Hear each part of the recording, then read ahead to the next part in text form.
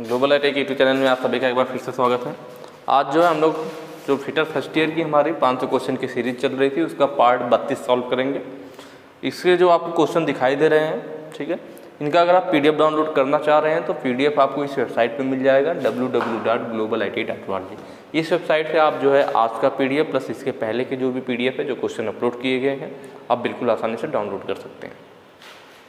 और बाकी अगर आप जो ये पार्ट वगैरह आपको दिख रहे हैं इसके पहले के बाकी पार्ट्स को देखना चाह रहे हैं तो मैं वीडियो की डिस्क्रिप्शन में उनका लिंक दे दूंगा, आप वहाँ पे क्लिक करके बिल्कुल आसानी से देख सकते हैं। प्लस इसके अलावा आप अदर सब्जेक्ट की तैयारी करना चाह रहे हैं, जैसे कि एम्प्लॉयबिलिटी स्किल है आपका, वर्कशॉप कैलकुलेशन हो गया, ठीक है, इंजीनियरिंग ड्राइंग हो गया, अगर इन सब बारे में आप पढ़ना चाह रहे हैं वो आपको क्या करना है, इस वीडियो की डिस्क्रिप्शन में मैं उनका भी लिंक दे दूँगा, आप वहाँ से जा करके बिल्कुल आसानी से चेक कर सकते हैं और पढ़ सकते हैं। या फिर आप अपने यूट्यूब चैनल में भी ग्लोबल आईटी सर्च करके अपने चैनल को में ओपन कीजिए और वहाँ पे चैनल पे जो है आपको प्लेलिस्ट का ऑप्शन मिलेगा, उसमें जा कर के भी आप सब्जेक्ट वाइज अलग अलग प्लेलिस्ट बनी हुई है, आप वहाँ से भी पढ़ाई कर सकते हैं। चलिए हम लोग क्वेश्चन को स्टार्ट करते हैं। बाकी अगर आप क्वेश्चन को स्टार्ट किया जाए, अगर आप जो है थ्योरी का chapter wise topic wise basic से बिल्कुल पढ़ना चाह रहे हैं, आपने थ्योरी कभी नहीं पढ़ी है या पढ़ी है, जो भी है आपका कॉन्सेप्ट क्लियर नहीं है, अगर आप बेसिक से पढ़ना चाहते हैं, चैप्टर वाइज पढ़ना चाहते हैं और टॉपिक वाइज पूरा डिटेल में, तो उसके लिए आपको प्ले स्टोर से डाउनलोड करना पड़ेगा ग्लोबल ITI ऐप। क्या डाउनलोड करना पड़ेगा? ग्लोबल ITI, ठीक है। प्ले स्टोर में आप सर्च कर लेंगे ग्लोबल ITI, आपको हमारा ऐप मिल जाएगा, उसको आप इंस्टॉल कीजिए और वहाँ पर आप जा करके हमारे कोर्स को ज्वाइन कर सकते हैं। उसमें फिटर फर्स्ट ईयर और सेकेंड ईयर दोनों को चैप्टर वाइज बिल्कुल बेसिक से पढ़ाया गया है, ठीक है। तो अगर आप अपनी थ्योरी बहुत ही अच्छा करना चाहते हैं जिससे कि आगे कभी किसी भी एग्जाम में दिक्कत ना हो, चाहे आपका गवर्नमेंट एग्जाम हो कोई भी हो, बिल्कुल आसानी से क्वालिफाई करेंगे अगर आप डिटेल में उसको पढ़ लेते हैं। तब ज्वाइन करने से काम नहीं चलेगा, आपको पढ़ना भी पड़ेगा, ठीक है। स्टार्ट करते हैं। कह रहा है एक्स के रूप में चिन्हित स्क्रू के तत्वों का नाम बताइए। यह एक स्क्रू है जिसके थ्रेड को दिखाया गया है और पूछ रहा है कि एक्स के रूप में क्या है। मैंने पीछे के वीडियोज में मैंने बताया भी था कि यह जो सबसे ऊपर होता है, ऊपरी हिस्सा होता है थ्रेड का, इसको क्या बोलते हैं? क्रेस्ट बोलते हैं। सबसे ये जो नीचे वाला हिस्सा होता है इसको क्या बोलते हैं? रूट बोलते हैं। मतलब जड़ हो गया, रूट हो गया, वह क्रेस्ट हो गया। और मैंने ये भी बताया था कि दोनों क्रेस्ट के बीच की दूरी सबसे मैक्सिमम व्यास कहाँ बनेगा? ये ऊपरी क्रेस्ट हो गया और ये नीचे वाला क्रेस्ट हो गया, तो दोनों क्रेस्ट के बीच में जो डायामीटर बनेगा वो अधिकतम डायामीटर बन सकता है, तो इसीलिए इसको बोलते हैं मेजर डायामीटर। इनके बीच के डिस्टेंस को क्या बोला जाता है? Major diameter. और वहीं बात करें जो रूट था, इस रूट से इस रूट के बीच की दूरी थी, यह सबसे कम सबसे छोटा डायामीटर होता है, इसीलिए इसको बोलते हैं माइनर डायामीटर। क्या? माइनर डाया, ये छोटा वाला डाया। और क्रेस्ट और रूट के बीच में जो टोटल डेप्थ है, भाई क्रेस्ट हो गया और ये रूट हो गया, यहाँ से यहाँ जो लंबवत दूरी होती है यही इसकी डेप्थ होती है, गहराई होती है थ्रेड की। इसके बीच में जो लाइन खींची जाती है उस लाइन को बोलते हैं पिच लाइन। कौन सी लाइन होती है? Pitch line. दोनों साइड पिच लाइन खींच लीजिए, दो थ्रेड के बीच में, ठीक है। जो थ्रेड की गहराई है उसके बीच से लाइन खींची जाती है, इसे पिच लाइन कहते हैं। और यह पिच लाइन पे जो डायामीटर बनता है ना, इसको बोलते हैं इफेक्टिव डायामीटर या पिच डायामीटर। पिच डाया भी कह सकते हैं या इफेक्टिव। इफेक्टिव का मतलब प्रभावी, इफेक्टिव डाया भी बोलते हैं। इफेक्टिव का मतलब प्रभावी व्यास होता है।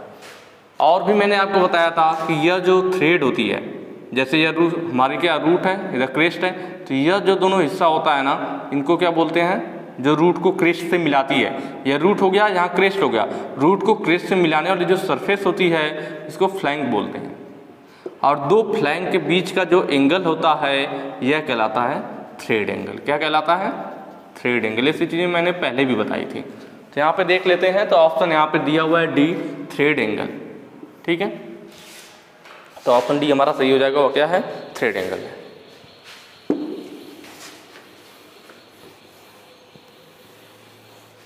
अगला क्वेश्चन है, कौन सा पद एक पूर्ण घुमाव में स्क्रू की अच्छी गति को वर्णन करता है?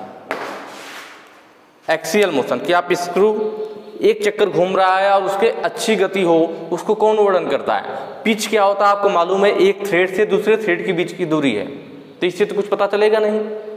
फ्लैंक क्या है? तो वह क्रेस्ट और रूट को मिलाने वाली लाइन है, तो इसमें भी कुछ ऐसा नहीं दिख रहा जिससे एक्सियल मोशन हो। गहराई क्या है, तो क्रेस्ट और रूट के बीच लंबवत दूरी जो है वो गहराई होती है थ्रेड की। इससे भी कुछ पता नहीं चल रहा। लीड क्या होता है, तो आपको मालूम होगा कि स्क्रू को एक चक्कर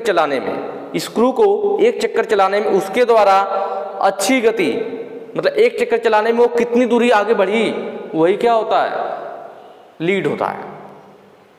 किसी भी स्क्रू को एक चक्कर घुमाने में वो कितना दूरी आगे बढ़ा, एक थ्रेड के बराबर बढ़ा या डबल थ्रेड के बराबर बढ़ा, तो जितनी दूरी वो एक चक्कर घुमाने पे बढ़ती है वो उसकी लीड कहलाती है। तो वो कैसे बढ़ती है, एक्सियल बढ़ती है, अच्छी गति बढ़ती है। इसका मतलब एक पूर्ण घुमाव में स्क्रू की अच्छी गति को कौन बताता है, लीड बताता है, क्योंकि लीड से ही हमें पता चलता है कि स्क्रू के एक चक्कर में वो कितना दूरी आगे बढ़ रही है, अच्छी गति कर रही है। तो ऑप्शन ए हमारा सही हो जाएगा।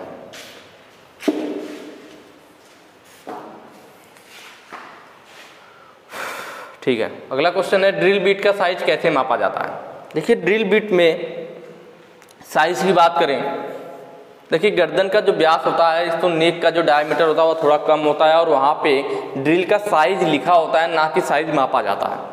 ठीक है, जो गर्दन का व्यास लिखा हुआ है मतलब नेक होता है, ड्रिल बीट पे जहाँ नेक होता है, सैंक होती है उसकी, ऊपर टैंक होगी हमारी, और नीचे जो होगा हमारा नॉर्मल डायमीटर। तो यहाँ पे क्या होता है ना,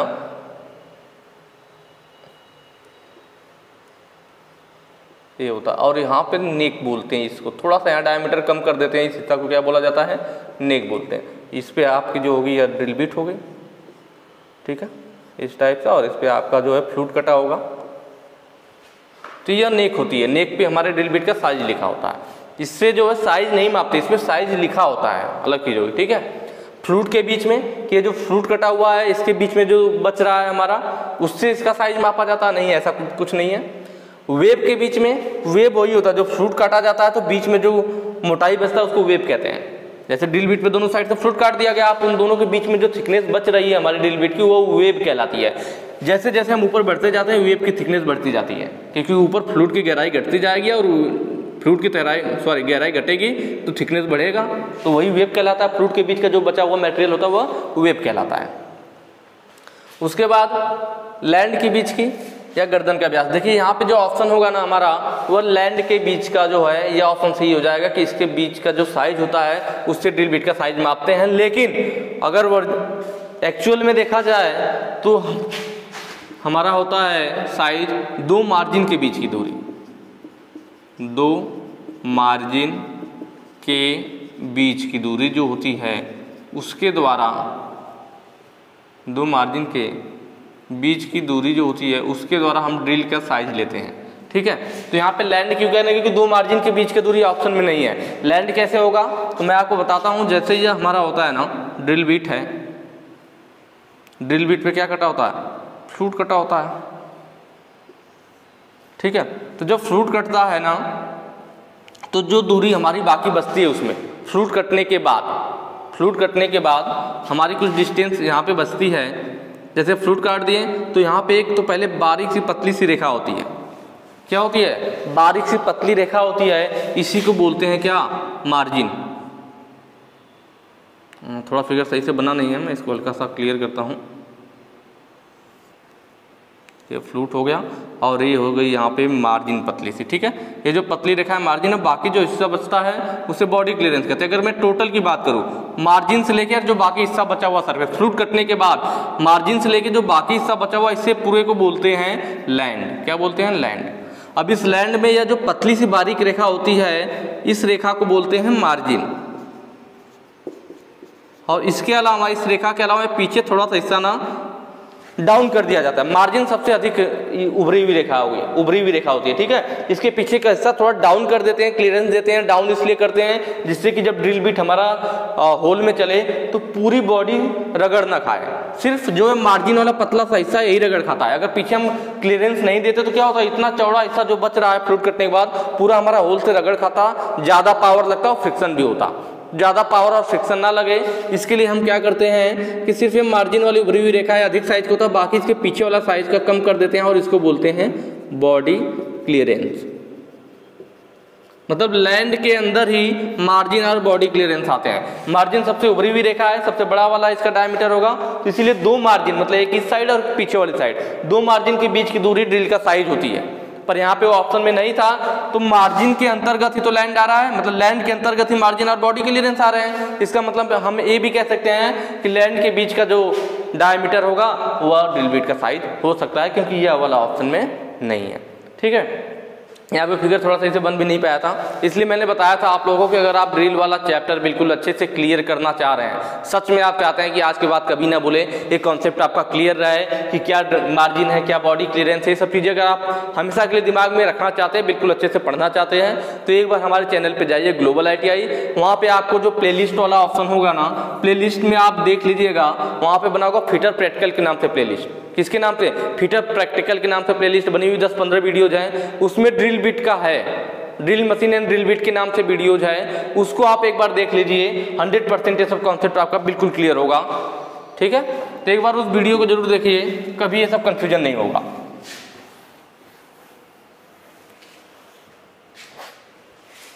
अगला कह रहा है ड्रिल बिट का साइज कैसे मापा जाता है। सॉरी, ये तो वही क्वेश्चन दोबारा रिपीट हो गया ना। चलिए नेक्स्ट क्वेश्चन पे चलते हैं। ये सेम क्वेश्चन शायद टाइपिंग एरर है, दोबारा रिपीट हो गया। अगला है सामान्य प्रयोजन ड्रिल का हेलिक्स कोड क्या होगा। हेलिक्स कोड के बारे में हमने पहले भी बात किया था कि जो हेलिक्स एंगल होता है हमारा H, N और S, 3 चीज़ों के द्वारा दिखाया जाता है। जो हार्ड वाला होते हैं, नॉर्मल होता है और सॉफ्ट होता है। हार्ड वाला जो होता है इसका हेलिक्स एंगल जो होता है वह 10 से 13 डिग्री रखा जाता है। नॉर्मल के लिए हेलिक्स एंगल 18 से 30 डिग्री रखा जाता है, और सॉफ्ट के लिए हमारा हेलिक्स एंगल 35 डिग्री से 40 डिग्री रखा जाता है। एच वाला जो हेलिक्स एंगल होता है किसके लिए? एच मतलब हार्ड, यह यूज किया जाता है हार्ड मटेरियल और टेनेसियस। ठीक है, नॉर्मल वाला एन से मतलब नॉर्मल, नॉर्मल मतलब यह यूज किया जाता है नॉर्मल के लिए, सामान्य के लिए, या फिर लो कार्बन स्टील के लिए। और अगर यही बात करें सॉफ्ट वाला, तो सॉफ्ट वाला जो हमारा यूज होता है, यस मतलब सॉफ्ट से मतलब हो गया, यह यूज किया जाएगा soft material and tough material के लिए, सॉफ्ट एंड टफ मटेरियल के लिए। तो यहां बात कर रहा था सामान्य प्रयोजन ड्रिल का हेलिक्स कोड क्या होता है, तो मैं आपको बता दूं कि ये तो अलग अलग के लिए हो गया, लेकिन जब कभी भी सामान्य की बात करेगा कि जनरली हम कितना लेते हैं, तो सामान्य की बात किया जाए तो 27.5 डिग्री कितना लिया जाता है, 27.5 डिग्री हेलिक्स एंगल लिया जाता है सामान्य के लिए। ठीक है, जब कभी भी सामान्य की बात करेगा तो हम 27.5 डिग्री, मतलब जनरली या सामान्यतः हम कितना हेलिक्स एंगल यूज करते हैं, तो सामान्यतः या जनरली हम 27.5 डिग्री वाला हेलिक्स एंगल यूज करते हैं। तो यहाँ ऑप्शन सी हमारा सही हो जाएगा, 27.5 डिग्री। ठीक है,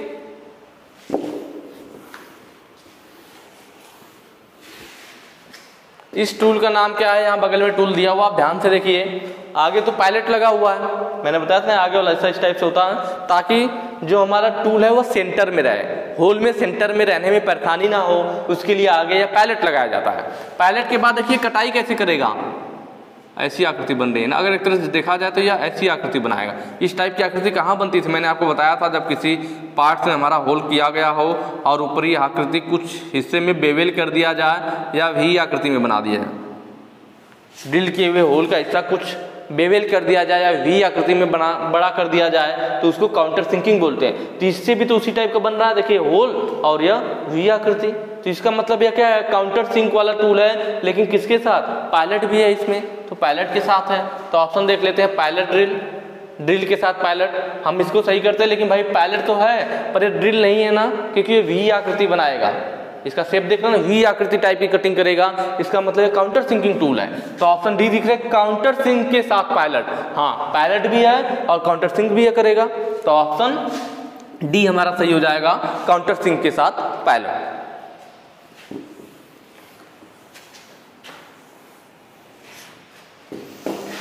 आगे कह रहा है एक रीमर का कौन सा भाग चिप्स निकालने के लिए डिजाइन किया गया है। एक रीमर का कौन सा भाग चिप्स निकालने के लिए डिजाइन किया गया। रीमर में देखिए फेस होता है, फ्लूट होता है, एडी मतलब हील की बात कर रहा है, हील बोलते हैं ना, जो उसका फेस होता है ना, फेस के जस्ट ऊपर कटिंग एज होती है, कटिंग एज के जस्ट पीछे थोड़ा सा हिस्सा डाउन किया गया होता है, जिसको हील बोलते हैं। फेस है, फ्लूट है, हील है और कटिंग एज है। तो रीमर का कौन सा भाग चिप्स निकालना, देखिए इसमें कोई सोचना नहीं है, चाहे रीमर में से चिप्स निकालना हो, चाहे ड्रिल बिट में से चिप्स निकालना हो, चिप्स को बाहर निकालने के लिए या कूलेंट को अंदर भेजने के लिए, कटिंग फ्लूइड को अंदर भेजना हो या चिप्स को बाहर निकालना हो, दोनों के लिए यूज किया जाता है फ्लूइड। चाहे वो ड्रिल बिट हो चाहे रीमर हो, क्या यूज होता है, फ्लूइड होता है। आपका ड्रिल बिट हो, रीमर हो, टैप हो, तीनों ही सिचुएशन में हमारे चिप्स को बाहर निकलने के लिए जो रास्ता प्रदान करता है वह फ्लूइड होता है, और हमारे कटिंग फ्लूइड या कूलेंट को अंदर जाने के लिए भी यही फ्लूइड ही रास्ता देता है। ठीक है, नेक्स्ट क्वेश्चन पे चलेंगे। टाइप एस ट्विस्ट ड्रिल का उद्देश्य क्या है? अभी मैंने आपको बताया था, कह रहा है टाइप एस जो है, टाइप एस ट्विस्ट ड्रिल, मैंने बताया एच वाला जो था हार्ड एंड टेनेसियस के लिए था, मतलब कठोर धातु के लिए था, तो पहला सही हो जाता। उसके बाद एन की बात करें तो नॉर्मल के लिए था। ठीक है, मैंने बताया था नॉर्मल हो या लो कार्बन स्टील हो, तो जो लास्ट वाला ऑप्शन है सामान्य निम्न कार्बन स्टील, तो इसके लिए एन वाला हो जाता।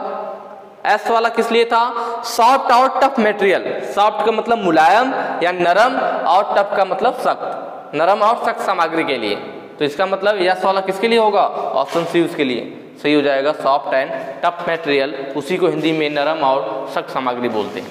ठीक है, तो ऑप्शन सी हमारा सही हो जाएगा। अगला क्वेश्चन है ड्रिलिंग में रफ छेद होने का कारण क्या है? कि अगर मान लीजिए ड्रिलिंग किया जा रहा है, क्या किया जा रहा है, ड्रिल किया जा रहा है, किसी पार्ट में नया होल बनाया जा रहा है, ड्रिल किया जा रहा है, तो वह जो ड्रिल है उसमें जो होल बनाना वो रफ बना। ठीक है, तो वह ऐसा क्यों हुआ, असमान बिंदु का पतला होना, ठीक है, मतलब जो अनइक्वल लेंथ है हमारे पॉइंट का वो ज़्यादा पतला है, या फिर ड्रिल पॉइंट में नहीं है, जो ड्रिल का पॉइंट है वह सेंटर में नहीं है, पॉइंट सेंटर में नहीं है। भाई पॉइंट सेंटर में नहीं होता तो ये दिक्कत आती है कि साइज बड़ा बन जाता है, रफ से कोई मतलब नहीं। क्लियरेंस एंगल गलत है, अगर क्लियरेंस एंगल गलत होता तो क्या होता, हमारी जो ड्रिल है वो ओवर हीट हो जाती है, गर्म हो जाती है फ्रिक्शन की वजह से। ठीक है, तो ये भी सही नहीं है। लास्ट है जो ड्रिल की कटिंग एज काटने में तेज नहीं है। भाई अगर कटिंग एज तेज नहीं होगा तो जो आपकी सरफेस होगी खुरदुरी आएगी। अगर कटिंग एज अच्छी है तो अगर आप कटाई करोगे तो अच्छी कटाई करेगा, पर अगर कटिंग एज तेज नहीं है तो जो आप कटाई करोगे तो काटेगा तो जबरदस्ती काटेगा उसमें, तो क्या होगा, आपकी जो सरफेस है वह रफ बनेगी। ठीक है, तो ऑप्शन डी हमारा सही होगा, ड्रिल की कटिंग एज तेज नहीं है, मतलब ब्लंट हो गया, उसकी कटिंग एज ब्लंट हो चुकी है, कुंद हो चुकी है। अगला क्वेश्चन कह रहा है फाई 19 mm, सर थोड़ा सा ऊपर कीजिएगा, फाई 19 mm रिमिंग छेद को परिष्कृत करने के लिए ड्रिल आकार का निर्धारण करें।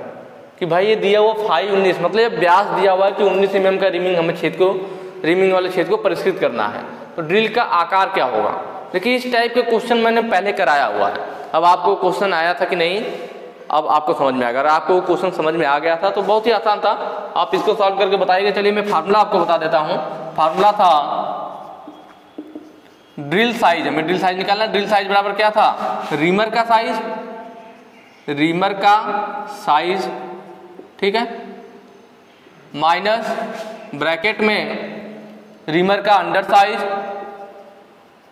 रीमर का अंडर साइज प्लस ड्रिल का ओवर साइज, ये फार्मूला था। देखिए आपको दिया हुआ है रीमर का साइज कितना 19 mm है, ड्रिल रीमर का अंडर साइज यहाँ दिया है तालिका के अनुसार, अंडर साइड 0.02 है और ओवर साइज कितना है 0.05 है। ये सारी चीज़ें आपको दी हुई है, बस इनको रखिए, सॉल्व कीजिए और आंसर कमेंट कीजिए। ठीक है, आसान है, मैंने इस टाइप क्वेश्चन पहले भी कराया है। तो इस फार्मूले पे आप वैल्यू को रखिए, सारा वैल्यू दिया हुआ है और उसके बाद आप कमेंट करेंगे कि इनमें से कौन सा आंसर सही है। बाकी ठीक है, आज के लिए इतना ही। अगर वीडियो अच्छी लगी हो तो ज़्यादा से ज़्यादा शेयर कीजिएगा। आगे के क्वेश्चन हम लोग नेक्स्ट वीडियो में करेंगे। Thank you.